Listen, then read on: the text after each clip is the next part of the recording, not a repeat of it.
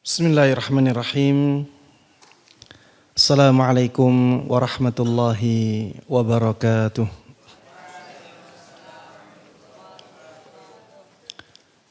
Innal hamdalillah nahmaduhu wa nasta'inuhu wa nastaghfiruh wa na'udzu billahi min shururi anfusina wa min sayyiati a'malina. May yahdihillahu fala mudilla lahu wa may yudlil fala hadiya lahu. وأشهد أن لا إله إلا الله وحده لا شريك له وأشهد أن محمدا عبده ورسوله يا أيها الذين آمنوا اتقوا الله حق تقاته ولا تموتن إلا وأنتم مسلمون يا أيها الناس اتقوا ربكم الذي خلقكم من نفس واحدة وخلق منها زوجها وبث منهما رجالا كثيرا ونساء واتقوا الله الذي تساءلون به والأرحام إن الله كان عليكم رقيبا يا أيها الذين آمنوا اتقوا الله وقولوا قولا سديدا يصلح لكم أعمالكم ويغفر لكم ذنوبكم ومن يطع الله ورسوله فقد فاز فوزا عظيما أما بعد فإن أصدق الحديث كتاب الله وخير الهدى هدى محمد صلى الله عليه وسلم وشر الأمور محدثاتها فإن كل محدثة بدعة وكل بدعة ضلالة وكل ضلالة في النار. Para jemaah sekalian, kaum muslimin dan kaum muslimat, hadirin dan hadirat, rahimana wa rahimakumullah. Alhamdulillah alladzi bi ni'matihi tatimmus salihat. Segala puji bagi Allah Subhanahu wa taala yang dengan nikmat-nikmatnya semua kebaikan menjadi sempurna. Alhamdulillah Allah mudahkan kita untuk bermajlis di tempat yang mulia ini. Mudah-mudahan majlis ini diberkahi oleh Allah Subhanahu wa taala. Kita mendapatkan banyak pahala darinya dan ilmu yang bermanfaat yang bisa mengantarkan kita semuanya menjadi manusia yang mulia dan bahagia di dunia ini hingga di akhirat nanti. Amin amin ya rabbal alamin. Tidak lupa salawat dan salam, keberkahan dan kenikmatan semoga selalu terlimpahkan kepada Nabi Agung Muhammad sallallahu alaihi wasallam, Nabi yang sangat kita cintai, Nabi yang sangat kita junjung tinggi, Nabi yang selalu kita jadikan sebagai teladan. Mudah-mudahan salawat, salam, keberkahan dan kenikmatan tersebut juga terlimpahkan kepada seluruh keluarga beliau, seluruh sahabat beliau dan seluruh kaum muslimin yang mengikuti beliau dan para sahabatnya dengan baik hingga hari akhir nanti. Ikhwati wa akhwati fillah, hadirin dan hadirat yang ana cintai karena Allah Subhanahu wa taala. Pertemuan terakhir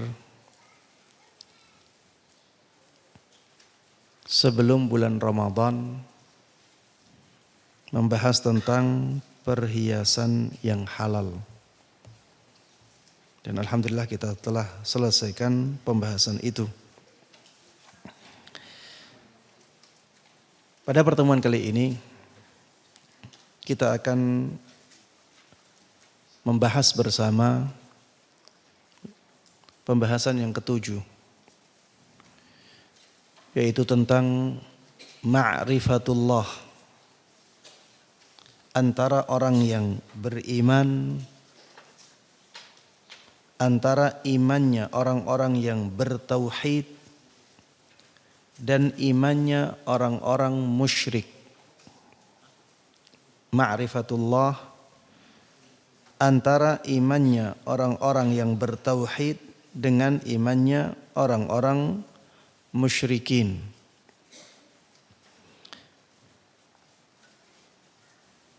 Yang dimaksud dengan ma'rifatullah adalah mengenal Allah Subhanahu wa taala. Pengetahuan seseorang tentang Allah. Itulah ma'rifatullah. Ma'rifatullah ini terbagi menjadi dua. Ada ma'rifatu iqrar, ya. Yang pertama mengenal Allah tapi hanya sebatas pengakuan saja. Pengetahuan tentang Allah tapi hanya sebatas pengetahuan. Tidak diamalkan. Tidak diterapkan.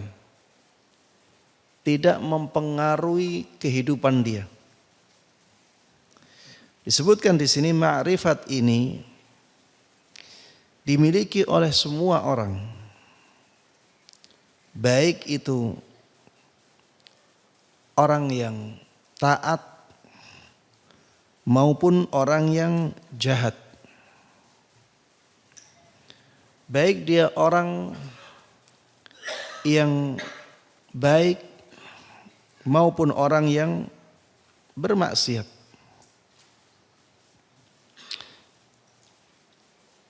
Pengetahuan tentang Allah tapi hanya sebatas pengetahuan saja. Orang-orang fasik, banyak dari mereka yang tahu Allah Subhanahu wa taala. Banyak dari mereka yang pernah belajar tauhid, pernah belajar akidah. Banyak dari mereka yang tahu sifat-sifat Allah Subhanahu wa taala. Tapi tidak diterapkan dalam kehidupan dia. Ini yang dimaksud dengan ma'rifatu iqrar. Jadi pengetahuan tapi hanya sebatas pengetahuan. Maka yang seperti ini tidak bermanfaat. Mungkin ada yang mengatakan ustadz tetap ada manfaatnya. Iya, tapi manfaat itu sangat sedikit sekali atau bahkan tidak bermanfaat sama sekali. Seperti misalnya pengetahuan tentang Allah yang ada pada diri iblis. Iblis tahu enggak tentang Allah? Tahu enggak tentang Allah? Tahu. Bahkan iblis melihat Allah Subhanahu wa taala. Tapi pengetahuan iblis tentang Allah Subhanahu wa taala tidak bermanfaat sama sekali untuk iblis. Fir'aun.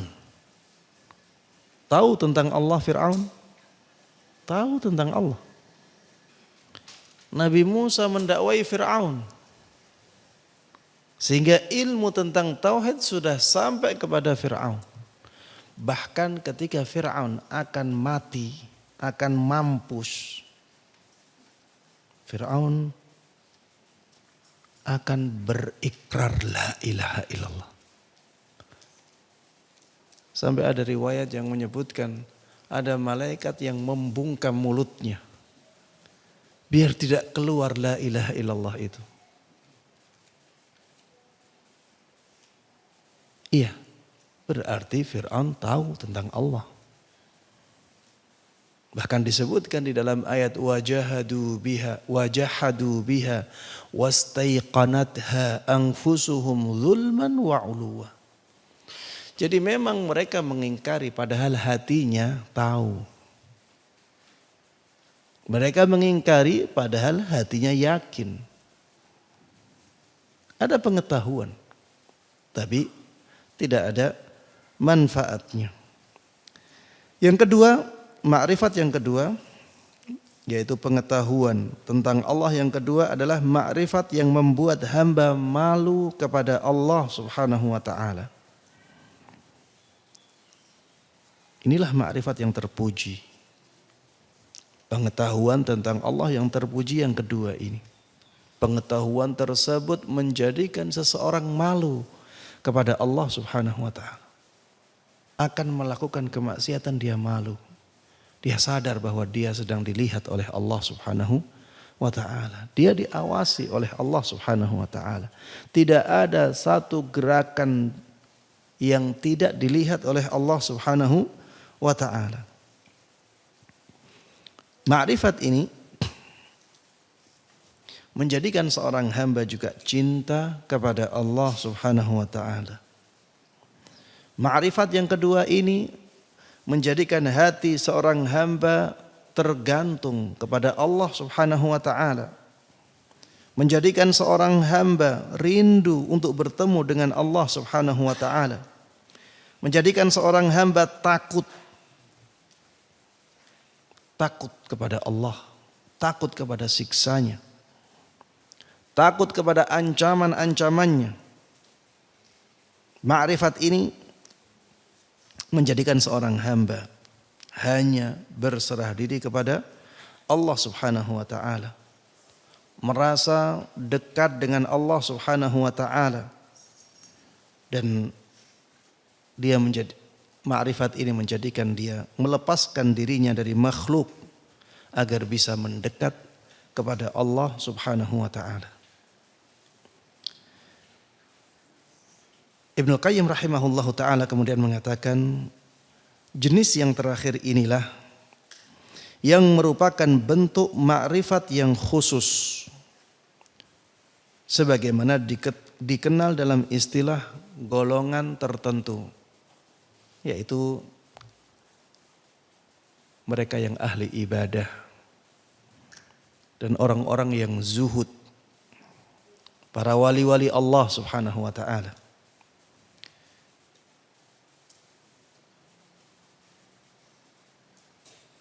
Ibnu Qayyim rahimahullah ta'ala meneruskan penjelasannya dengan mengatakan, manusia memiliki tingkat yang berbeda-beda dalam ma'rifatullah jenis ini. Dan hamba Allah yang mengetahui perbedaan tingkatan mereka. Dan hanya Allah yang mengetahui perbedaan tingkatan ma'rifat mereka itu. Ya, ketika tingkatannya tinggi, maka menjadikan keadaan mereka semakin luar biasa dalam taat kepada Allah, dalam ibadah kepada Allah Subhanahu wa taala, dalam ketakutan kepada Allah Subhanahu wa taala. Hanya Allah yang mengetahui perbedaan tingkatan makrifat mereka tersebut. Karena dialah yang membuat mereka mengenal dirinya. Ya, Allah yang membuat mereka mengenal diri Allah Subhanahu wa taala. Dia juga yang membuka hati mereka untuk mengenal Allah Subhanahu wa taala sebatas tingkat yang tidak dianugerahkan kepada yang lain. Meskipun tingkatannya berbeda-beda, tapi semua bentuk makrifat mereka mengarah kepada makrifat yang kedua ini, sesuai dengan kadar yang dianugerahkan kepada masing-masing. Ya, intinya ma'rifatullah yang ada pada orang-orang tersebut, orang-orang yang mulia itu, para ahli ibadah, ya, para ulama yang takut kepada Allah Subhanahu wa taala itu bertingkat-tingkat. Dan yang mengetahui tingkatan-tingkatan ini hanya Allah Subhanahu wa taala. Tapi yang jelas ma'rifat ini menjadikan mereka orang yang taat kepada Allah, ya, orang yang takut kepada Allah, orang yang malu kepada Allah, orang yang selalu rindu kepada Allah, selalu mengaitkan hatinya kepada Allah Subhanahu wa taala, selalu mengembalikan urusannya kepada Allah dan seterusnya. Ya. Kemudian Ibnu Qayyim rahimahullahu taala mengatakan, hamba yang paling mengenal Allah, yakni Rasulullah sallallahu alaihi wasallam, pernah menyebutkan dalam doanya, la uhsi thana'an 'alaik anta kama athnaita 'ala nafsik. Aku tidak sanggup memuji dirimu sebagaimana mestinya. Hanya engkaulah yang mengetahui pujian yang pantas untuk dirimu. Ya. Rasulullah sallallahu alaihi wasallam juga memberitahukan bahwa pada hari kiamat kelak Allah akan memberitahukan kepada beliau sebagian pujian bagi dirinya yang tidak beliau ketahui ketika masih hidup di dunia. Ya. Ini menunjukkan bahwa tingkatan pengetahuan seseorang tentang Allah Subhanahu wa taala itu berbeda-beda. Bahkan dari waktu ke waktu pun bisa berbeda. Ya, Rasulullah sallallahu alaihi wasallam di dalam doanya ini mengatakan bahwa aku tidak sanggup memuji dirimu sebagaimana mestinya. Aku tidak sanggup memuji dirimu sebagaimana mestinya. Ketika kita ingin memuji Allah, kita harus tahu Allah Subhanahu wa taala. Kita harus tahu tentang Allah Subhanahu wa taala. Kalau pengetahuan kita tentang Allah itu tinggi, maka pujian kita kepada Allah semakin bagus, semakin tinggi, semakin berkualitas. Kalau pengetahuan kita tentang Allah itu sedikit, pujian kita untuk Allah Subhanahu wa taala juga akan tingkatannya akan menjadi rendah. Dan Rasulullah sallallahu alaihi wasallam di sini ya keadaan beliau berbeda antara ketika di dunia dengan ketika di akhirat sebelum syafaatul uzma diberikan oleh Allah. Jadi ketika di dunia beliau bisa memberikan pujian kepada Allah dengan tingkat yang luar biasa. Tapi di akhirat nanti pujian beliau kepada Allah Subhanahu wa taala lebih dari itu. Ini menunjukkan bahwa ma'rifatullah pada diri seorang hamba itu bisa berbeda-beda dari waktu ke waktu. Ya, mungkin ketika kecil tidak banyak tahu tentang Allah tapi sudah kenal. Semakin dia berilmu, semakin banyak tahu tentang Allah Subhanahu wa taala. Ya, apalagi antara satu orang dengan orang yang lain. Tentunya pengetahuannya tentang Allah bisa berbeda-beda. Baik. Setelah ini Ibnu Qayyim rahimahullahu taala menjelaskan tentang dari mana saja kita bisa mengenal Allah Subhanahu wa taala. Pintu ma'rifatullah. Ada dua pintu yang sangat luas yang bisa menyampaikan kita kepada ma'rifatullah jenis yang kedua ini. Pintu yang pertama adalah at-tafakkuru wat-ta'ammulu fi ayatil Qur'ani kulliha. Merenungi dan memikirkan secara mendalam seluruh ayat-ayat Al-Qur'an. Wal fahmul khas 'anillahi wa rasulih. Dan pemahaman yang mendalam tentang Allah dan Rasulnya. Pemahaman yang mendalam tentang Allah dan Rasulnya. Ya, ini pintu ma'rifatullah yang pertama. Kita merenungi ayat-ayat Al-Quran. Semakin dalam perenungan kita terhadap ayat-ayat Al-Quran, kita akan semakin mengenal Allah Subhanahu wa ta'ala. Makanya, ya jamaah sekalian rahimani wa rahimakumullah, Al-Quran itu jangan hanya dibaca, kemudian kita tidak tahu isi kandungannya. Ya, kurang indah. Memang ada keindahan di redaksi Al-Quran, walaupun kita tidak paham artinya, iya. Seringkali kita bisa menikmati suara orang yang membaca Al-Quran. Walaupun kita tidak paham artinya. Ada keindahan itu, tapi kurang kalau kita tidak tahu isi kandungannya. Kalau kita benar-benar bisa memahami Al-Quran ketika dibaca, itu keindahannya luar biasa. Kita bisa benar-benar menikmati. Makanya orang Arab kalau sholat tarawih itu mereka bisa menikmati. Ya, kalau orang Indonesia sholat tarawih yang dinikmati lagunya. Karena kurang bisa memahami isinya, ya terus gimana lagi. Memang yang dinikmati itu, dan itu pun tidak ada masalah juga, tapi kurang. Kalau bisa menikmati isi kandungannya, subhanallah. Ya kita seperti dikasih pesan. Kalau ayatnya tentang kisah, kita seperti dikasih cerita yang di dalamnya banyak pelajaran-pelajaran berharga. Taib. Pintu yang kedua yang bisa menyampaikan kita kepada ma'rifatullah adalah at-tafakkuru fi ayatihil masyhudah. Dengan merenungi tanda-tanda kekuasaan Allah yang kita saksikan di alam semesta ini. Tanda-tanda kekuasaan Allah. Misalnya kita melihat ada taman yang sangat indah, ya. Ada pemandangan alam yang sangat indah. Kita melihat proses alam, ya. Kita melihat kekayaan alam ini. Kita melihat keindahan-keindahan makhluknya. Kemudian kita pikirkan, ya. Kita pikirkan, ini bisa menyampaikan kita kepada ma'rifatullah bahwa Allah itu subhanallah, ya, benar-benar maha berkuasa atas segala sesuatu, ya. Makhluk-makhluknya yang terlihat sederhana pun kalau kita pikirkan itu luar biasa.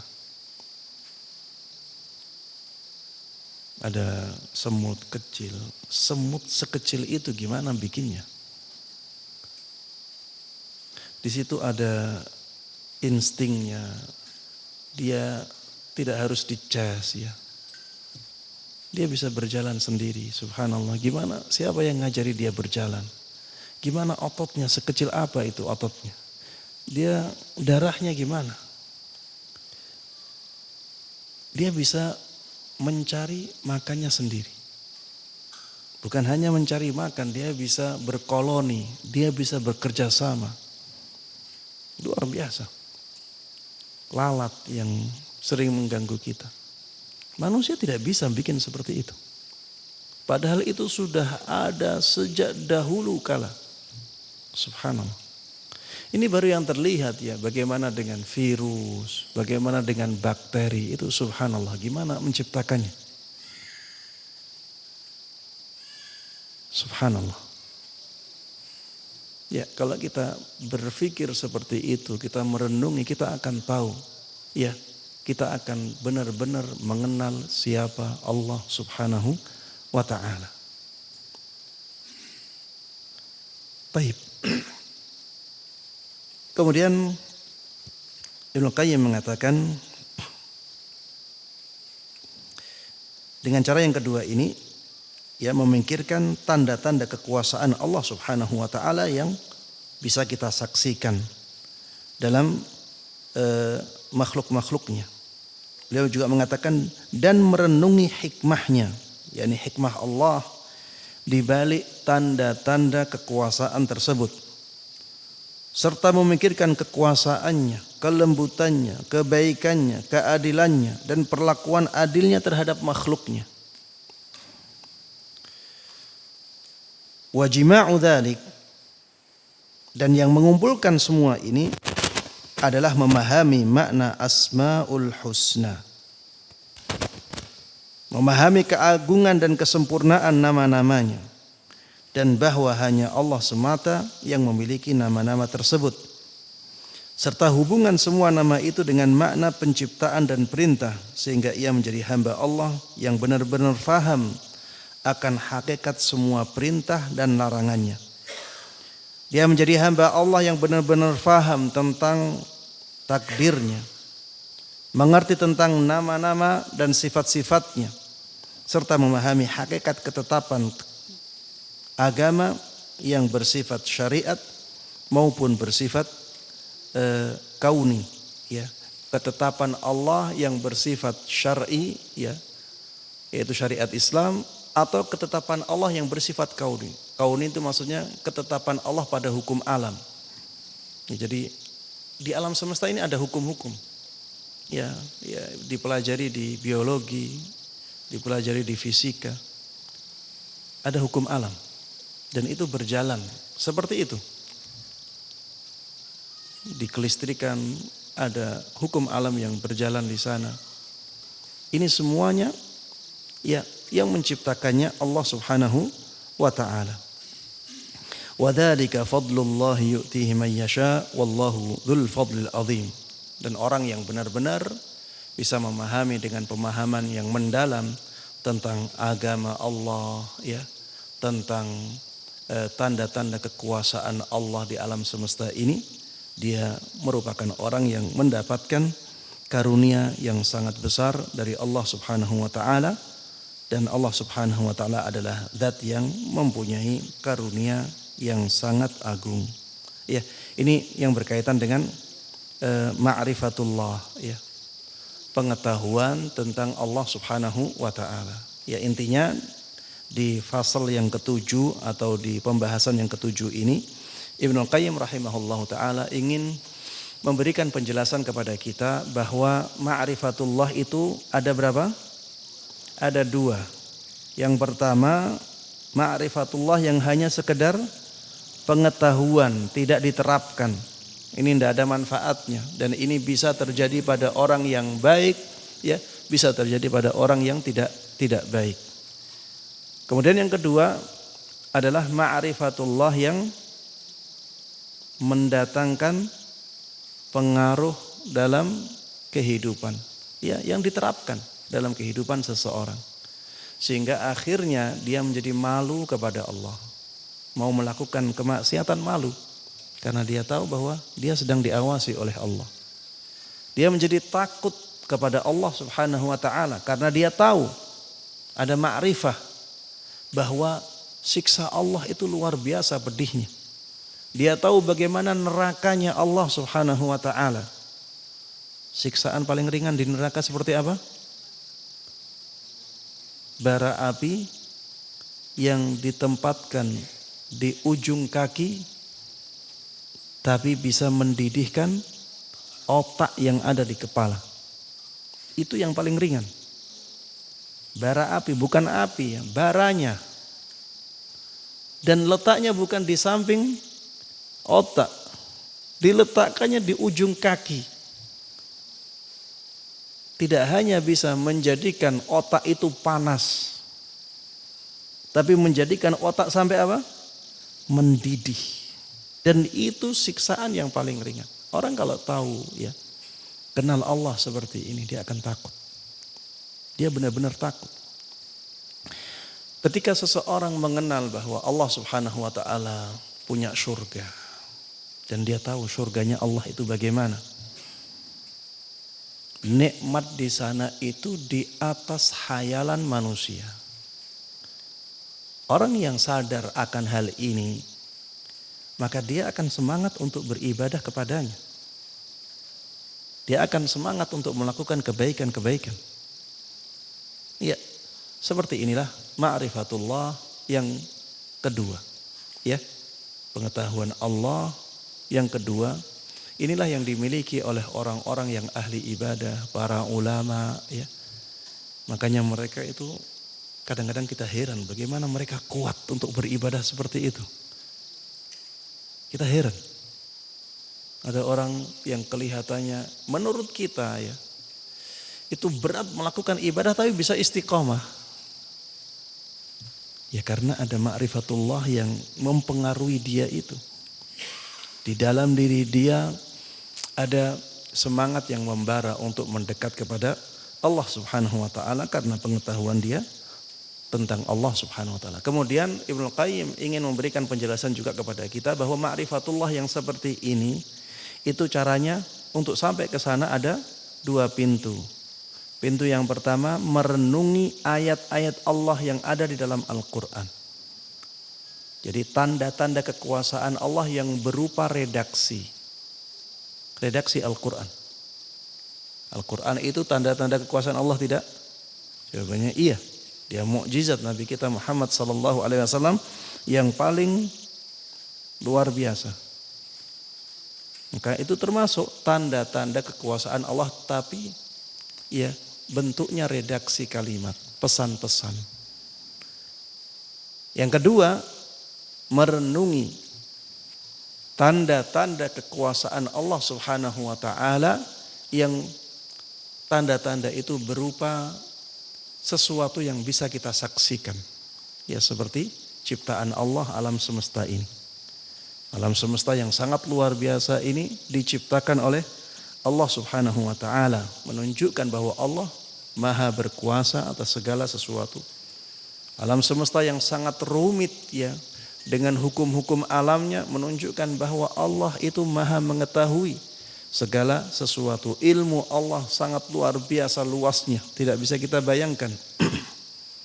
Alam semesta yang indah menunjukkan Allah Maha indah, dan seterusnya. Pernah kita bahas di pembahasan yang sebelumnya. Taib. Setelah ini kita akan masuk ke pembahasan yang ke-8. Pembahasan yang ke-8 ini judulnya Tafawutun Nasi Fit Tauhid. Perbedaan tingkatan tauhid manusia. Jadi manusia itu tauhidnya bertingkat-tingkat. Tauhid mereka tidak satu level.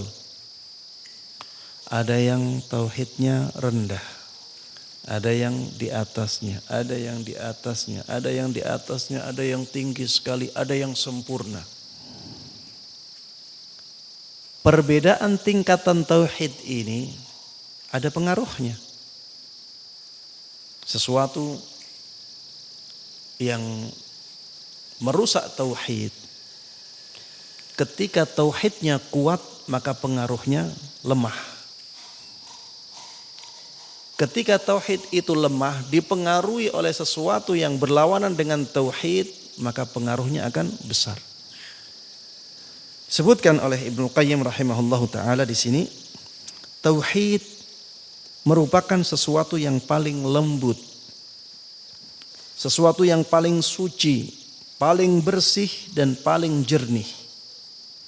Oleh karenanya, tauhid menjadi sesuatu yang sangat sensitif. Ia mudah sekali tergores. Ia mudah sekali tercemar dan terpengaruh oleh sesuatu. Ya, tauhid itu karena dia sesuatu yang sangat halus, sangat bersih, sangat jernih, akhirnya ya dia mudah terpengaruh. Ya, dia sangat lembut, akhirnya pengaruh sedikit pun akan mempengaruhinya. Taib. Ibnu Qayyim mengatakan tauhid itu seperti pakaian yang paling putih, sehingga dia mudah terkotori oleh noda walaupun sedikit. Kalau pakaian kita putih jernih, putih sekali, bersih, ada kotoran sedikit kelihatan tidak? Kelihatan.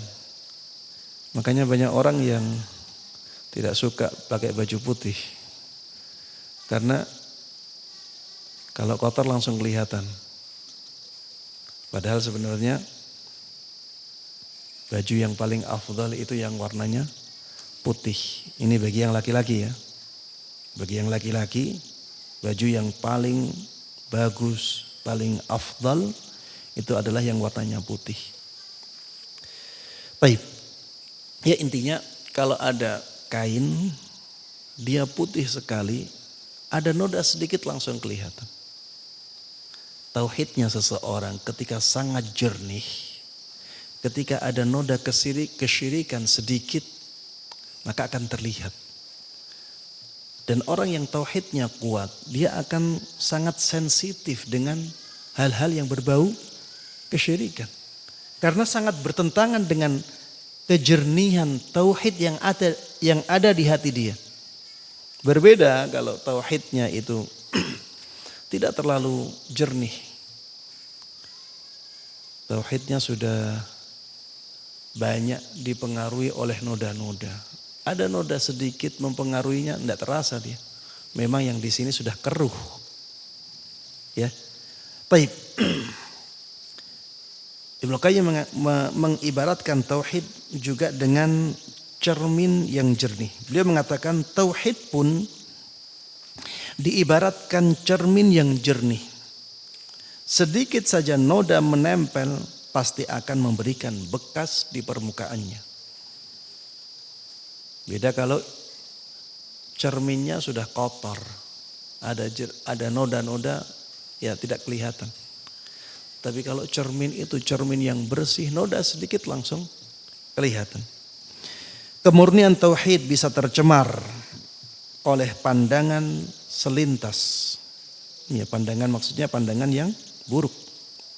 Pandangan kemaksiatan, walaupun hanya sebentar, bisa mempengaruhi kemurnian tauhid. Dengan sepatah kata, ada kata-kata yang mengandung dosa, itu bisa mempengaruhi tauhid seseorang. Begitu pula syahwat yang terselubung, syahwat yang ada di hati, yang samar, tapi itu syahwat. Ini bisa mempengaruhi kejernihan tauhid seseorang. Orang yang tauhidnya ternodai harus segera menghilangkan noda tersebut dengan sesuatu yang menjadi lawannya, yaitu dengan banyak berbuat amal saleh. Jika tidak, maka noda itu akan bersemayam di dalam hatinya dan menjadi karat yang sulit dibersihkan lagi. Sementara noda dan karat dalam hal ini ada yang mudah datang, ada yang mudah dihilangkan. Ada juga yang mudah datang tapi sulit dihilangkan. Ada pula yang sulit datang tapi mudah dihilangkan. Ada juga yang sulit datang dan sulit dihilangkan. Ya, noda tauhid ya bisa berupa kesyirikan, bisa berupa kebid'ahan, bisa berupa kemaksiatan. Ya, itu ya sesuatu yang menodai tauhid kita. Ya, dosa-dosa itu intinya semuanya bisa menodai tauhid. Hanya saja kan dosa bertingkat-tingkat. Ada dosa kesyirikan, itu yang paling parah.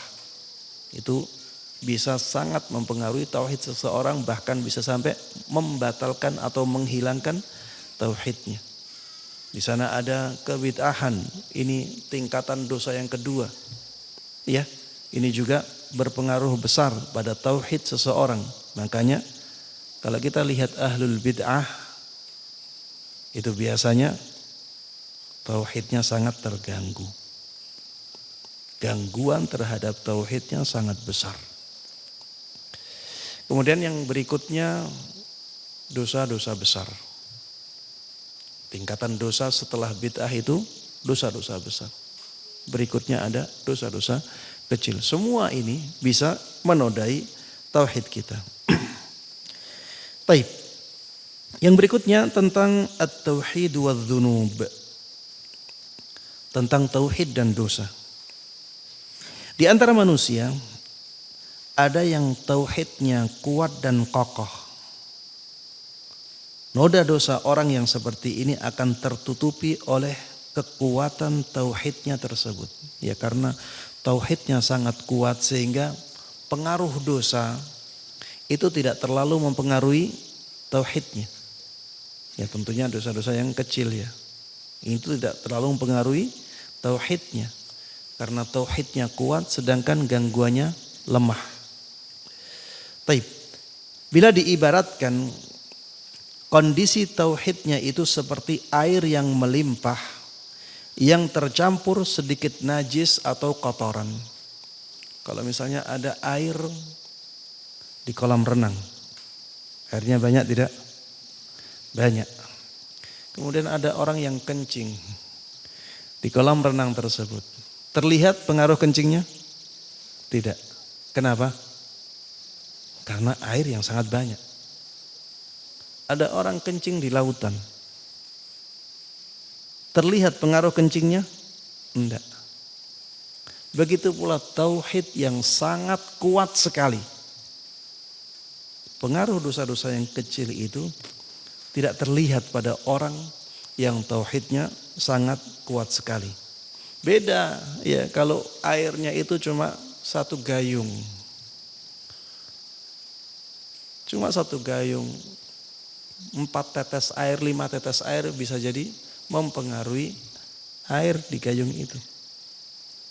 Tapi kalau airnya banyak ya, sampai banyak orang kencing di sana pun tidak mempengaruhi ya keadaan airnya. Baik. Ibnu Qayyim mengatakan lagi rahimahullahu taala, ada pula orang yang tauhidnya lemah. Ada pula orang yang tauhidnya lemah. Dan tidak jarang orang yang seperti ini salah dalam memahami kemampuan tauhidnya dalam menutupi dosa-dosanya.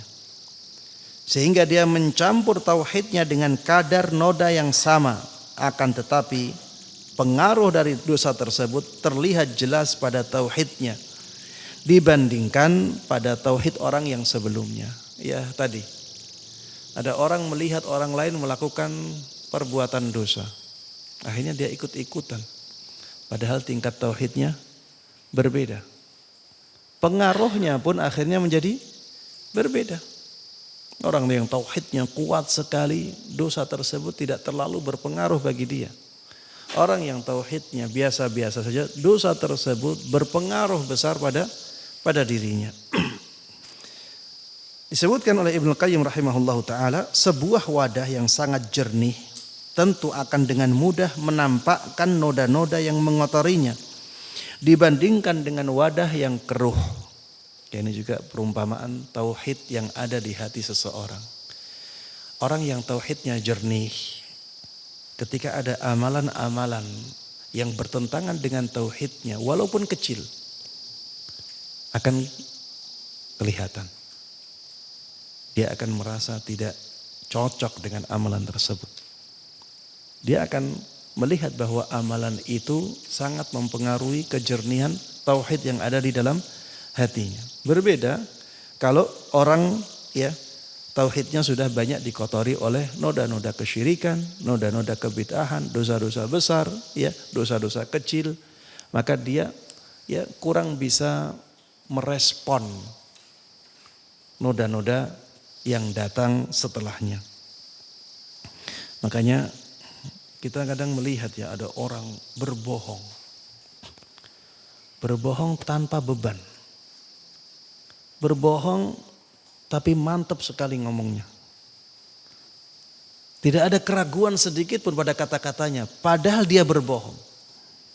Di sisi lain ada orang ya untuk tauriah saja dia takut. Tauriah itu mengatakan kata-kata yang ambigu. Maksudnya ingin menyembunyikan sesuatu. Dia tidak ingin berbohong. Ya, dia membawakan kata-kata yang ambigu agar dipahami lain. Tapi dia tidak ingin berbohong. Itu saja dia ragu-ragu dalam mengatakannya tidak mantap sehingga ketahuan. Kenapa demikian? Karena kejernihan hatinya berbeda. Orang itu yang tadi mantap dalam berbohong memang hatinya sudah kotor sekali. Sehingga dia anggap itu sebagai sesuatu yang biasa. Orang di zaman sekarang ini kita melihat banyak orang yang tanpa beban melakukan kesyirikan. Tanpa beban. Di sisi lain orang yang bertauhid sangat takut sekali melakukan yang seperti itu. Kenapa? Karena kejernihan tauhid yang ada di dalam hati yang berbeda. Yang ini sudah keruh sekali, yang ini masih jernih sekali. Ya. Taib. Ibnu Qayyim rahimahullah taala mengatakan, karenanya orang yang tauhidnya lebih bersih bisa segera menghilangkan noda di tauhidnya dengan mudah. Berbeda dengan orang yang tauhidnya tidak sebersih itu, sudah keruh tauhidnya. Karena terkadang dia tidak menyadari kemunculan noda tersebut. Ya. Tidak menyadari bahwa yang datang itu sebenarnya sesuatu yang mengkotori tauhidnya. Karena di dalamnya sudah keruh. Selain itu, jika iman dan tauhid seseorang kuat, maka kekuatan itu dapat mengubah dan menekan hal-hal yang buruk. Tidak demikian halnya dengan iman dan tauhid yang lemah. Iya, godaan-godaan tauhid itu bisa saja dimanfaatkan oleh orang yang tauhidnya kuat untuk menguatkan tauhidnya. Jadi sebenarnya ini mengganggu tauhidnya. Tapi karena tauhid yang kuat yang ada dalam hatinya, dia bisa menjadikan yang harusnya mengganggu tauhidnya malah menguatkan tauhidnya. Sebaliknya, ya orang yang tauhidnya lemah, ada sesuatu yang harusnya bisa menguatkan tauhidnya dia, malah menjadi melemahkan tauhidnya dia. Ya seperti ibadah ya. Ibadah ini menguatkan tauhid tidak? Iya. Tapi orang yang tauhidnya lemah bisa saja beribadah malah ria dia di dalamnya. Harusnya ibadah itu menguatkan tauhidnya, tapi karena dia imannya lemah, tauhidnya lemah, malah menjadikan ibadah itu sebagai sesuatu yang mengurangi tauhidnya, sesuatu yang melemahkan tauhidnya. Ada di sana orang yang tauhidnya sangat kuat. Ketika terganggu dengan kemaksiatan, dia melakukannya. Tapi setelah itu dia bertaubat dengan taubat yang luar biasa. Sehingga gangguan kemaksiatan itu pada akhirnya malah menambah kuat tauhidnya dia. Ini kalau kita contohkan dalam kehidupan yang lebih bisa kita cerna. Itu seperti orang yang ahli berbisnis dengan orang yang tidak ahli berbisnis. Orang yang ahli berbisnis ada gangguan, dia bisa menjadikan gangguan itu sebagai penguat bisnisnya. Yang harusnya ancaman malah jadi apa? Peluang untuk menguatkan bisnisnya. Ya misalnya, ya ini contoh saja ya. Antara Google Map dengan Waze misalnya. Google Map asalnya Google ya punya Google, Waze punya orang lain. Ini ancaman Waze. Tapi akhirnya yang dilakukan oleh Google dengan membelinya. Sehingga akhirnya dia dapat dua keuntungan. Di sini untung, di sini untung. Ancaman tapi malah mendatangkan peluang. Yang dilakukan oleh misalnya ini nyebut merek ya. iPhone misalnya. Dengan dynamic island-nya. Sebenarnya itu kan kekurangan, ada kamera besar di situ. Tapi dengan adanya dynamic island, orang malah tertarik dengan adanya kamera di situ. Ya orang yang bertauhid juga seperti itu. Tauhidnya kuat sekali, dia bisa menjadikan ancaman-ancaman tauhidnya malah menjadi penguat untuk tauhidnya.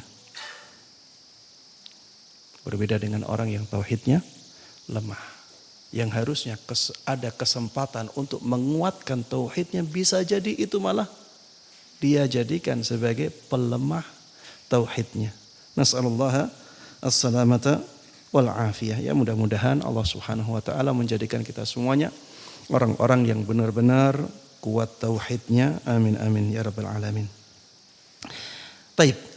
Ibnu Qayyim rahimahullah taala mengatakan di sini, di sisi lain limpahan kebaikan pada diri seseorang dapat meleburkan kesalahan-kesalahannya. Orang tersebut lebih berpeluang untuk dimaafkan dibandingkan orang lain yang melakukan kesalahan sama namun tidak mempunyai kebaikan sebanyak itu. Sebagaimana dinyatakan dalam sebuah syair, jika kekasih berbuat satu dosa, maka semua kebaikannya akan membawa 1000 pembela. Kalau misalnya ada orang mulia, dia banyak baik sama kita, dia melakukan kesalahan, satu kesalahan. Ya kita bisa maafkan dengan sangat mudah. Kita ingat kebaikan-kebaikan dia sangat banyak. Beda kalau ada orang tidak kita kenal, melakukan kesalahan yang sama. Kita bisa marah. Kita bisa lakukan sesuatu yang tidak baik kepada orang itu karena kesalahan dia. Kita tidak maafkan kesalahannya. Karena apa? Kita belum merasakan atau belum melihat kebaikan-kebaikan dia. Tauhid yang kuat ketika ada pengganggunya, bisa jadi pengganggunya tidak terlihat karena kuatnya tauhidnya itu. Ketika tauhidnya sedikit, tauhidnya lemah, diganggu, maka gangguan tersebut bisa mempengaruhinya. Taib. Disebutkan di sini selain itu niat yang lurus dari orang yang bertauhid, keinginan yang kuat serta kepatuhan yang sempurna dapat mengubah noda dan kotoran dari luar menjadi sesuatu yang sesuai dengan keinginan dan tuntunan syariat.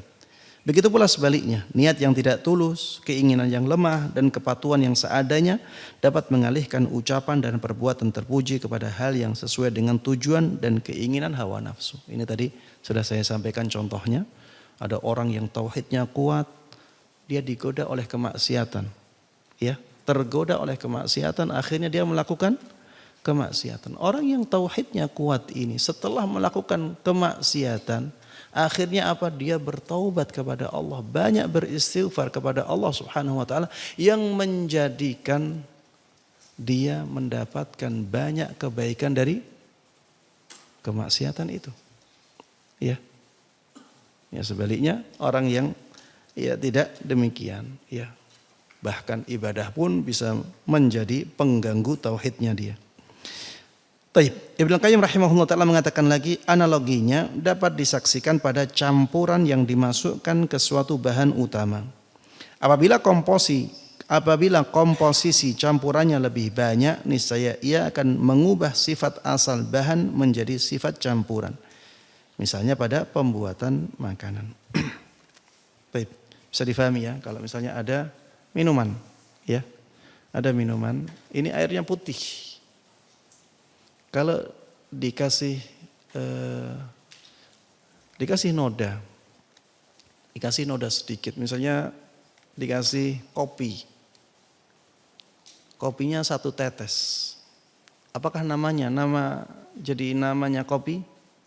Tidak, masih air putih. Padahal sebenarnya sudah tertetesi kopi. Kalau kopinya semakin banyak, akhirnya air ini menjadi hitam, namanya apa? Kopi. Seperti itu keadaan tauhid pada hati seseorang. Tauhidnya kuat, tauhidnya jernih, bersih, ya. Noda-noda yang sedikit tidak terlihat dan bisa dia atasi. Tapi kalau nodanya sudah banyak akhirnya menghitamkan hatinya, maka ya noda-noda yang setelahnya sudah tidak dia anggap sebagai pengganggu. Makanya jangan heran ketika ada orang bergelimang dengan kesyirikan tapi dia santai-santai aja. Karena yang di sini sudah sangat keruh sekali. Ya. Mudah-mudahan Allah Subhanahu wa taala menyelamatkan kita dari keadaan yang seperti itu. Taib jamaah sekalian rahimani wa rahimakumullah. Ini yang bisa ana sampaikan dalam kesempatan kali ini. Mudah-mudahan bermanfaat dan mudah-mudahan Allah berkahi. Amin amin ya rabbal alamin. Sallallahu wasallama wa baraka ala nabiyyina Muhammadin wa ala alihi wa sahbihi wa man tabi'ahum bi ihsanin ila yaumiddin walhamdulillahi rabbil alamin. Untuk yang selanjutnya kita gunakan untuk sesi tanya jawab. Silahkan bagi yang mau bertanya.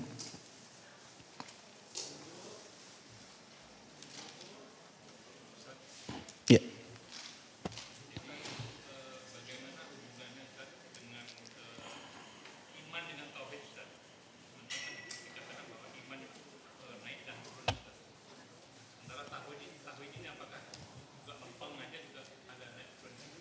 Iya.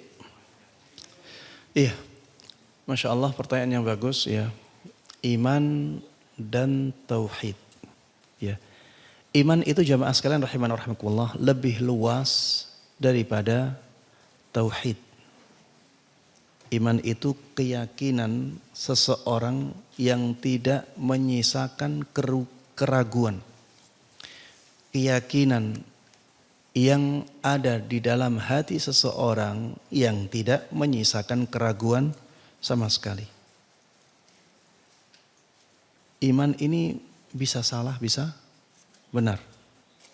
Ya, iman bisa salah, bisa benar. Kalau yang diyakini itu benar, ya berarti imannya benar. Kalau yang diyakini salah, maka imannya salah. Ya, ada orang yang yakin banget kalau Nabi Isa itu Tuhan. Dia iman itu, tapi imannya salah. Ada orang yang yakin sekali bahwa Nabi Isa itu hamba Allah, Rasulullah, utusan Allah. Dia iman dan imannya benar. Iman tidak selalu berkaitan dengan tauhid. Karena ketika kita beriman bahwa Nabi Muhammad sallallahu alaihi wasallam itu seorang rasul, apakah ini tauhid? Jawabannya tidak. Ketika kita beriman bahwa malaikat itu ada, maka ini tidak berkaitan dengan tauhid. Ketika kita beriman bahwa siksa kubur itu ada, ini bukan tauhid. Tauhid itu mengesahkan Allah Subhanahu wa taala dengan sesuatu yang menjadi keistimewaan Allah. Mengesahkan Allah Subhanahu wa taala dengan sesuatu yang menjadi keistimewaan Allah, itulah tauhid. Keistimewaan Allah itu apa saja, Ustaz? Keistimewaan Allah ya uluhiyah, rububiyah, dan asma wa sifat. Makanya ada tauhid uluhiyah, ada tauhid rububiyah, ada tauhid asma wa sifat. Keistimewaan Allah yang pertama bahwa Allah, ya ini uluhiyah ya, satu-satunya zat yang pantas untuk diibadahi. Itu keistimewaan bagi Allah. Tidak ada yang punya ini selain Allah Subhanahu wa taala. Keistimewaan dalam rububiyah ya, seperti bahwa Allah lah satu-satunya zat yang menciptakan alam semesta ini. Allah lah satu-satunya zat yang menguasai alam semesta ini. Allah lah satu-satunya zat yang mengatur alam semesta ini. Ini keistimewaan Allah dalam rububiyahnya. Di sana ada keistimewaan Allah dalam asma dan sifatnya.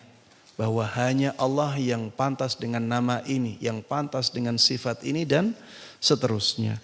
Ya, sebagaimana iman itu bisa naik turun, tauhid seseorang juga bisa naik turun. Ya, sebagaimana iman bisa naik turun, kualitas tauhid seseorang juga bisa naik turun. Ya, wallahu taala a'lam. Baik. Waalaikumsalam warahmatullahi wabarakatuh.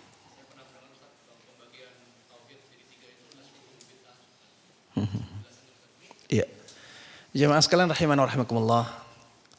Bid'ah sebenarnya tidak berlaku pada pembagian-pembagian yang seperti itu. Maksudnya bid'ah tidak tercela pada pembagian. Bid'ah itu tidak tercela pada pembagian-pembagian. Kalau memang itu bid'ah maka tidak tercela. Kenapa? Karena pembagian-pembagian seperti itu sebenarnya adalah menyimpulkan sesuatu yang sudah ada. Itu kesimpulan. Tauhid terbagi menjadi 3 misalnya. Yang pertama tauhid uluhiyah. Yang kedua tauhid rububiyah. Yang ketiga tauhid asma wa sifat. Ini kesimpulan.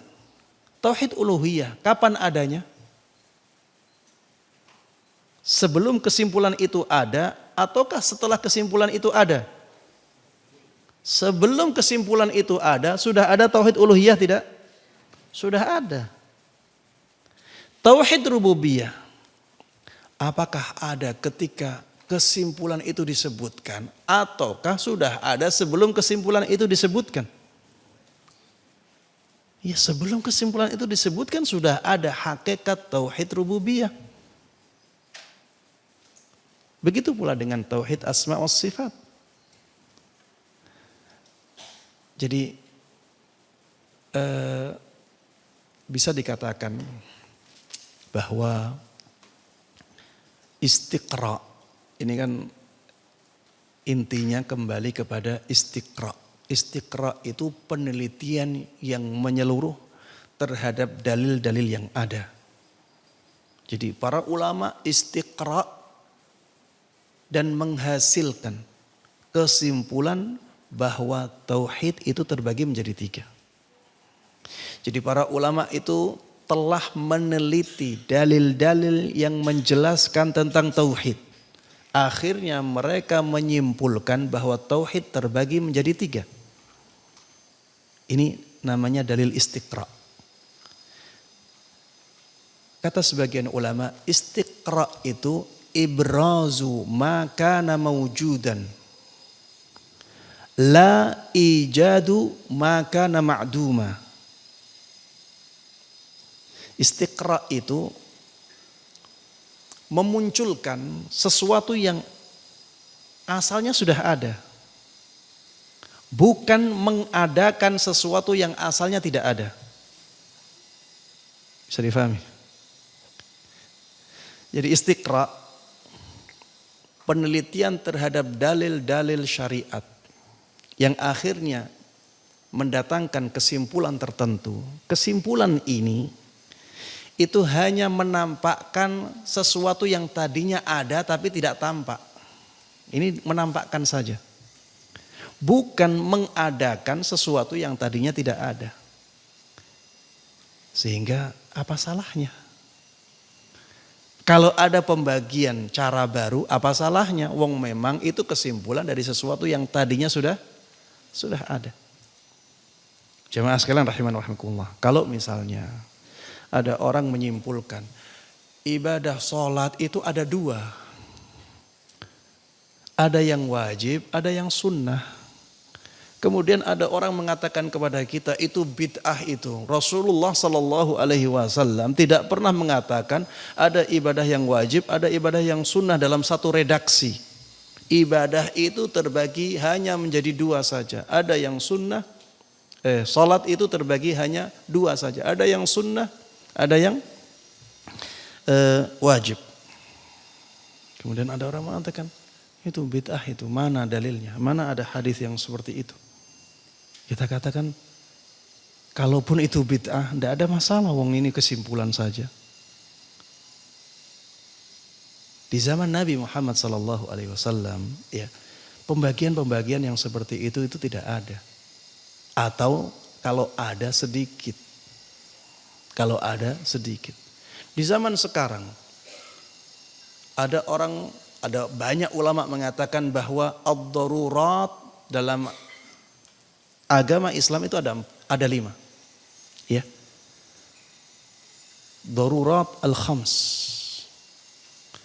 Jadi para ulama setelah meneliti syariat Islam secara menyeluruh, mereka menyimpulkan bahwa syariat Islam ini sebenarnya semuanya kembali kepada penjagaan terhadap 5 hal saja. 5. Disebutkan di situ 5. Tidak ada dari Nabi seperti ini.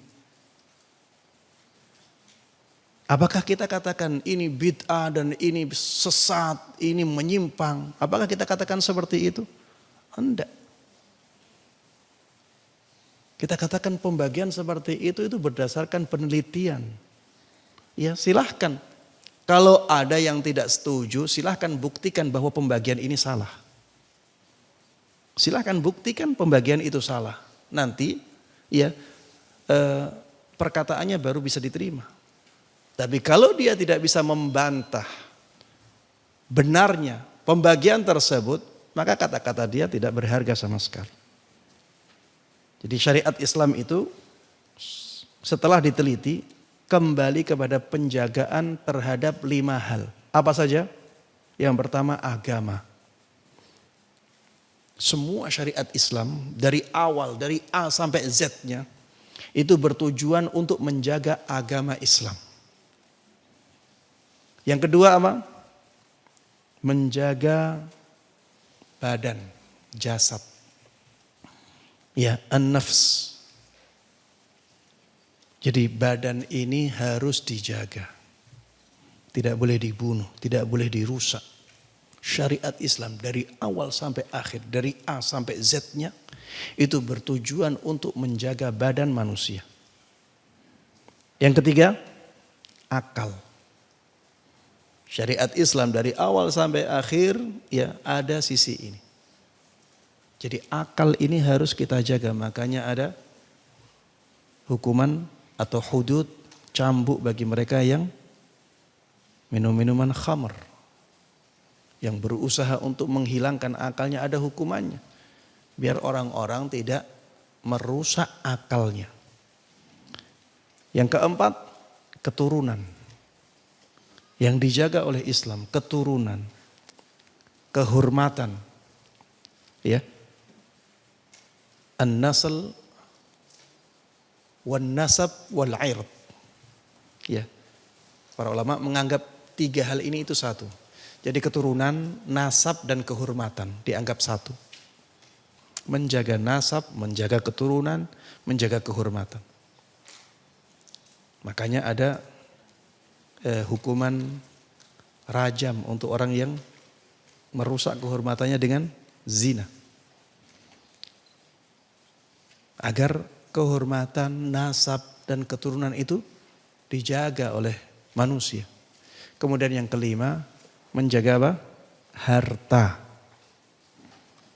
Syariat Islam semuanya dari awal sampai akhir, dari A sampai Z itu intinya kembali kepada penjagaan terhadap 5 hal ini. Siapa yang berani mengatakan ini pembagian bid'ah dan menyimpang? Dikatakan oleh para ulama seperti itu. Pembagian fikih, ya. Fikih itu dibagi-bagi, ada kitabut taharah, ada kitabus shalah, ada kitabus shaum, dibagi-bagi seperti itu. Dari mana para ulama membagi-bagi itu? Apakah ada di zaman Nabi pembagian seperti itu? Tidak ada jemaah. Itu kesimpulan. Sebagaimana ahli bahasa menyimpulkan bahwa kata dalam bahasa Arab itu ada 3 saja. Tidak ada yang keluar dari 3 ini. Yaitu kata benda, yaitu isim, kata kerja, fi'il, dan yang ketiga huruf. Huruf itu sebuah sebuah kata yang tidak punya arti kecuali harus disandingkan dengan yang lain. Dalam bahasa Arab seperti itu ya. Bukan huruf dalam bahasa kita. Karena huruf dalam bahasa Arab bisa terdiri dari 3 huruf. Ya ala. Itu ada ainnya, ada lamnya, ada alifnya. Dikatakan huruf kenapa? Karena dia kalau berdiri sendiri tidak punya arti. Dia harus disandingkan dengan yang lainnya. Ya, kata waw itu tidak punya arti. Tidak bisa kita katakan waw itu dan. Tidak bisa dalam bahasa Arab. Waw itu maknanya bukan dan. Dia maknanya sesuai dengan konteksnya. Makanya harus disandingkan dengan yang lain. Bisa jadi waw artinya demi Allah. Ya demi, sumpah. Wallahi. Jadi waw di situ tidak berarti dan. Tapi artinya apa? Sumpah. Waw bisa juga berarti dan. Waw bisa berarti tanpa arti. Jadi waw isti'naf. Waw ini menunjukkan bahwa itulah awal kalimat. Jadi wawunya nggak ada artinya. Ya, ini huruf. Ya intinya para ulama setelah meneliti bahasa Arab dari A sampai Z-nya menyimpulkan ini. Apakah ini kita katakan bid'ah, menyimpang? Ya enggak. Itu istiqra. Istiqra itu sebagaimana tadi ana sampaikan, ibrazu ma kana maujudan la ijadu ma kana ma'duma. Dia hanya menampakkan, memunculkan, ya. Menjadikan jelas sesuatu yang tadinya tidak jelas tapi ada. Dia bukan mengada-ada sesuatu yang tadinya tidak ada. Ya. Sehingga penjelasan seperti ini seharusnya malah luar biasa, harusnya diapresiasi, bukan malah dicela. Wallahu a'lam. Baik.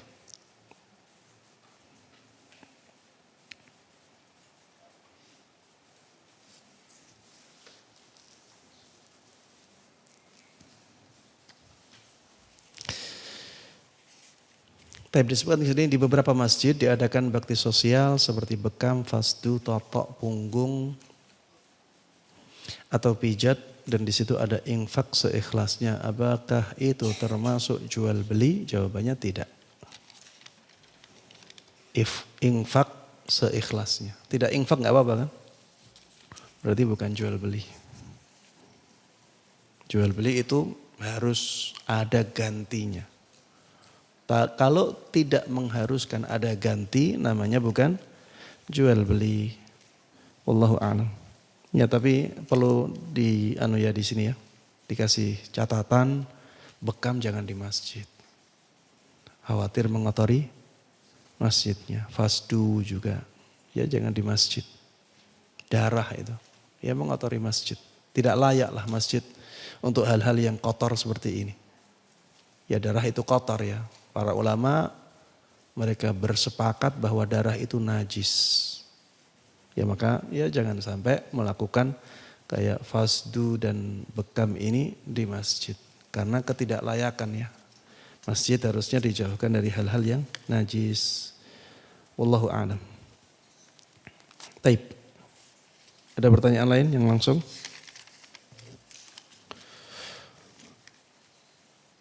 Bismillah, assalamualaikum warahmatullahi wabarakatuh. Waalaikumsalam warahmatullahi wabarakatuh. Ustadz izin bertanya, tadi Ustadz memberikan contoh tentang buang air di kolam renang. Hukumnya apa ya Ustadz? Berdosa ataukah tidak? Karena hal ini banyak terjadi di kolam-kolam renang. Syukran Ustadz, jazakallahu khairah. Ya, ada hadis dari Nabi kita Muhammad sallallahu alaihi wasallam, la yabulanna ahadukum fil ma'id daim. Jangan sampai salah seorang dari kalian kencing di air yang berhenti, tidak mengalir. Di air yang tidak mengalir. Maka ini menunjukkan bahwa wallahu a'lam ya, itu kolam renang, airnya berhenti ataukah airnya mengalir? Mengalir atau berhenti?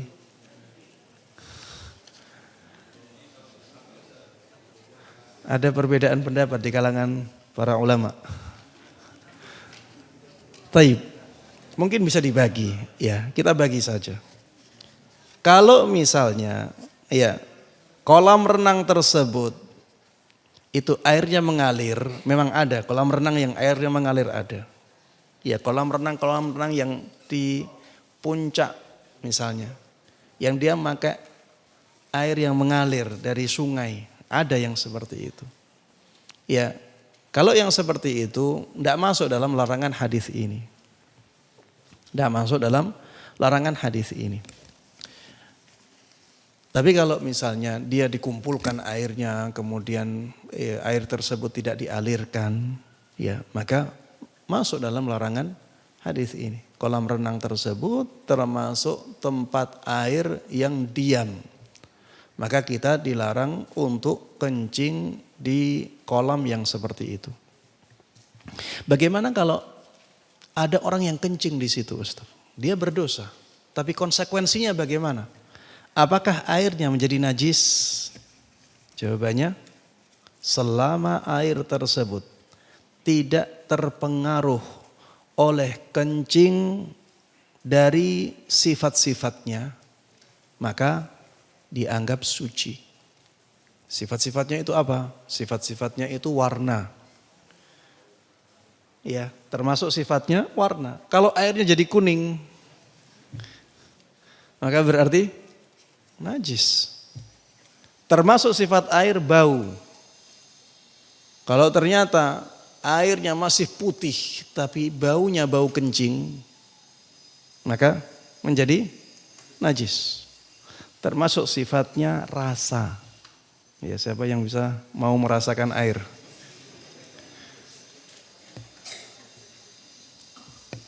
Kalau rasanya seperti air kencing, ya berarti najis. Kalau tidak, ya tidak ada pengaruh pada tiga sifat ini, maka air dianggap suci. Air dianggap suci. Karena saking banyaknya air tersebut. Ya, bukan berarti kalau kita katakan suci, kemudian berarti boleh. Enggak ya, makanya tadi saya sampaikan bahwa hukum boleh tidaknya berkaitan dengan hadis tadi. Tapi konsekuensi dari perbuatan itu apakah menajiskan airnya ataukah tidak, ini masalah lain, ya. Taib. Pertanyaan yang berikutnya, bismillahirrahmanirrahim. Assalamualaikum warahmatullahi wabarakatuh. Waalaikumsalam warahmatullahi wabarakatuh. Ustadz, jika seorang istri diuji dengan suami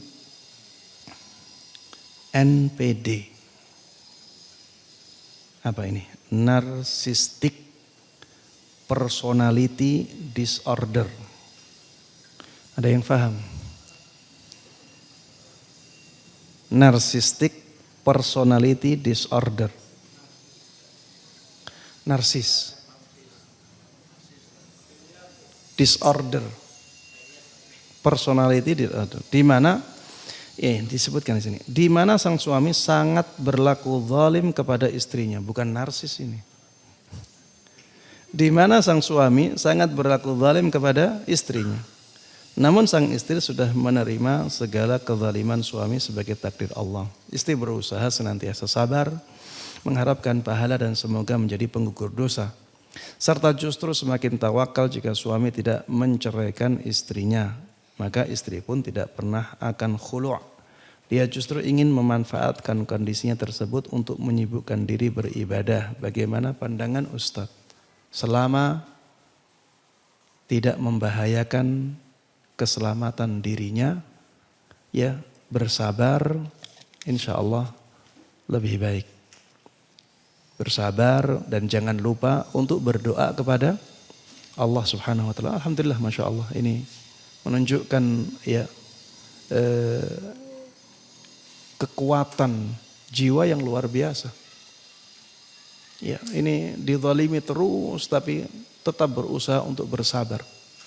Selama memang kezalimannya tersebut tidak membahayakan keselamatan dirinya, baik keselamatan fisiknya maupun psikisnya, maka bersabar insya Allah lebih baik. Ya, itu ladang pahala. Dan jangan lupa untuk banyak mendoakan kebaikan untuk suaminya. Ya. Jangan setengah-setengah kalau sabar ya. Jadi doakan kebaikan untuk suaminya agar suaminya bisa semakin lembut, bisa semakin memuliakan istrinya, dibuka hatinya, disadarkan ya. Dan hati seorang manusia itu berada di antara dua jari jemari Allah Subhanahu wa taala. Allah akan membolak-balikkan hati tersebut sekehendak Allah Subhanahu wa taala, ya. Jadi jangan putus asa untuk berdoa kepada Allah Subhanahu wa taala. Semuanya sangat mudah ya bagi Allah. Innama amruhu idza arada syai'an ay yaqula lahu kun fayakun. Urusan Allah itu ketika Allah menginginkan sesuatu, Allah tinggal bilang kun, ya, maka sesuatu itu terjadi. Ya, banyak ya bermunajat kepada Allah, terutama ketika sujud jamaah. Ya, sujud itu waktu yang sangat mustajab sekali untuk berdoa. Sujud-sujud di sholat, ya. Kalau bisa setiap sujud doakan agar hati suaminya melunak, agar akhlak suaminya menjadi baik, agar suaminya sangat mencintai istrinya, sangat memuliakan istrinya setiap sujud. Dan lihat perubahannya, ya mungkin setahun akan berubah ya. Tidak mungkin dia kuat untuk melawan doa yang seperti itu. Ustadz gak bisa bahasa Arab, masa doa pakai bahasa selain Arab di sujud Ustadz? Jawabannya enggak apa-apa. Pakai bahasa kita. Pakai bahasa kita. Bahasa yang kita pahami, yang di situ kita bisa benar-benar merendahkan diri kepada Allah, menampakkan kebutuhan kita terhadap hajat tersebut kepada Allah Subhanahu wa taala. Ya. Dan itu tidak membatalkan ibadah salat kita. Kenapa? Karena Rasulullah Sallallahu Alaihi Wasallam memerintahkan kita untuk memperbanyak doa.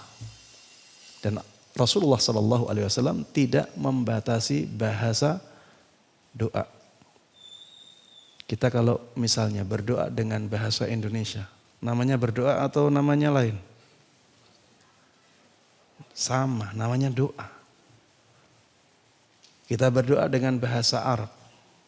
Namanya berdoa atau tidak? Berdoa. Kita berdoa pakai bahasa Inggris. Namanya apa? Berdoa. Dan yang diperintahkan oleh beliau adalah berdoa. Yang dilarang apa?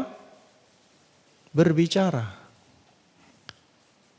Yang dilarang itu berbincang-bincang. Itu yang dilarang. Kalau misalnya ada orang berbincang dengan bahasa Arab, namanya apa? Berbincang-bincang. Kalau antum takbir, Allahu Akbar. Kemudian datang teman antum. Masya Allah, kaifa haluk?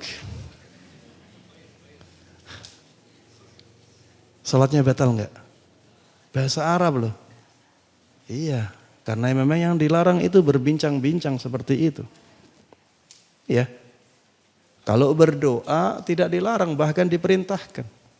Walaupun dengan bahasa selain bahasa Arab, namanya tetap berdoa. Ya, dan ana dulu ya di waktu masih belajar, ketika mendapatkan penjelasan ini bahwa boleh berdoa dengan selain bahasa Arab dalam sholat, memang sulit untuk menerima. Sulit untuk menerima, gimana? Ini pengetahuan baru. Ini sholat. Makanya anak sampai bertanya kepada 3 syekh dalam masalah ini. Syekh Abdul Muhsin Al-Abbad anak tanya. Beliau membolehkan. Tanya secara pribadi, ya beliau ngajar di kelas, setelah keluar anak tanya tentang itu. Beliau katakan tidak apa-apa. Kemudian Syekh Abdullah Az-Zahim, ya dosen fikih. Ketika beliau keluar, anak tanya, Syekh doa dengan selain bahasa Arab di dalam sholat boleh enggak? Beliau katakan boleh. Tanya lagi ke Syekh Ibrahim As-Sihli, ini dosen-dosen di UIM dulu ya. Anak tanya tentang masalah yang sama. Karena apa? Keraguan yang kuat. Ini doa pakai bahasa Indonesia gimana? Boleh. Tapi setelah anak tanya ke banyak masyayikh, ternyata mereka membolehkan. Memang ya, tidak ada dalil yang menunjukkan, dalil yang tegas, yang kuat, yang menunjukkan bahwa berdoa dengan selain bahasa Arab itu tidak boleh. Ini sulit kita dapatkan. Ya, dalil yang tegas di situ. Padahal Rasulullah Sallallahu Alaihi Wasallam memerintahkan kita untuk banyak berdoa di dalam sholat dan beliau tidak menyinggung sama sekali masalah bahasa. Ya, kalau memang berdoa dengan bahasa selain Arab itu membatalkan sholat yang efeknya sangat besar seperti ini, yang sholat itu rukun Islam yang paling afdal setelah syahadatain, tentunya Rasulullah akan menjelaskan jangan berdoa dengan selain bahasa Arab, harusnya seperti itu. Ya, wallahu taala a'lam. Baik, pertanyaan yang berikutnya. Assalamualaikum warahmatullahi wabarakatuh. Waalaikumsalam warahmatullahi wabarakatuh. Ibu saya selalu menjalankan salat 5 waktu. Juga selalu jaga zikir pagi dan petang. Juga suka baca Quran. Tapi kenapa sering banget kesurupan? Saya kasihan. Kalau di kampung susah nyari ustadz yang suka meruqyah yang syar'i. Jadinya hanya dibacain rajah-rajah, jampi-jampi. Begitu ntar jinnya keluar. Minta apa ntar habis dikasih baru keluar. Baru ibu saya sadar lagi. Hal yang seperti ini gimana solusinya ya Ustaz? Iya. Jamaah sekalian rahimana wa rahimakumullah. Jin itu bisa masuk ke dalam diri seseorang bisa saja karena orangnya lemah. Bisa saja karena orangnya lemah, bisa saja karena jinnya yang kuat. Orangnya lemah bisa saja karena amalan-amalannya tidak syar'i. Memang dia membaca Al-Quran tiap hari, sholat tiap hari, zikir pagi dan petang tiap hari, tapi amalannya ada yang merusak amalan-amalan yang lain. Mungkin dia punya amalan yang berbau kesyirikan, yang masih dia sembunyikan, bisa jadi. Akhirnya amalan kesyirikan yang tak terlihat itu merusak semua amalan yang lain. Bisa jadi. Bisa jadi dia rela-rela saja dimasuki atau dirasuki oleh jin. Di dalam Al-Quran disebutkan jemaah. Jadi di dalam Al-Quran disebutkan bahwa antara jin dan manusia itu bisa saling menikmati. Antara jin dan manusia itu bisa saling menikmati. Mungkin dulu-dulunya ya ada ya saling menikmati itu. Akhirnya keterusan sampai setelah dia menjalankan amalan-amalan yang disyariatkan. Ini ya menjadikan dia lemah. Sehingga ya yang penting untuk diketahui di situ ya mungkin perlu ditelisik ya. Apa di sana masih ada jimat-jimat yang dia simpan ya. Apa di sana masih ada amalan-amalan yang tersisa dari zaman-zaman dulu ya. Yang di situ ada nilai kesyirikannya. Ya kita tidak tahu ya, ini ditelisik aja dulu. Ya. Bisa jadi tidak ada keinginan untuk menolak jin yang merasuk di dalamnya. Ya. Kalau kita ingin menguatkan diri, harus ada keinginan untuk menolaknya dari dalam diri, sehingga pintu untuk masuk itu tertutup. Kalau pintunya terbuka, tetap ya mudah untuk merasukinya. Tapi bisa jadi jinnya yang lebih kuat. Jadi orangnya sudah benar, tapi jinnya ini jauh lebih kuat daripada orangnya. Ya, yang seperti ini butuh peruqyah. Tidak boleh melakukan yang disebutkan di sini. Jampe-jampe, ya, raja-raja, kemudian akhirnya jinnya ya minta syarat, kemudian kita berikan syarat itu, jinnya keluar. Ini tidak boleh ya. Ini syirik. Ini pun syirik. Maka jangan dilakukan lagi. Bacakan surat Al-Baqarah. Ya, semampunya bacakan surat Al-Baqarah.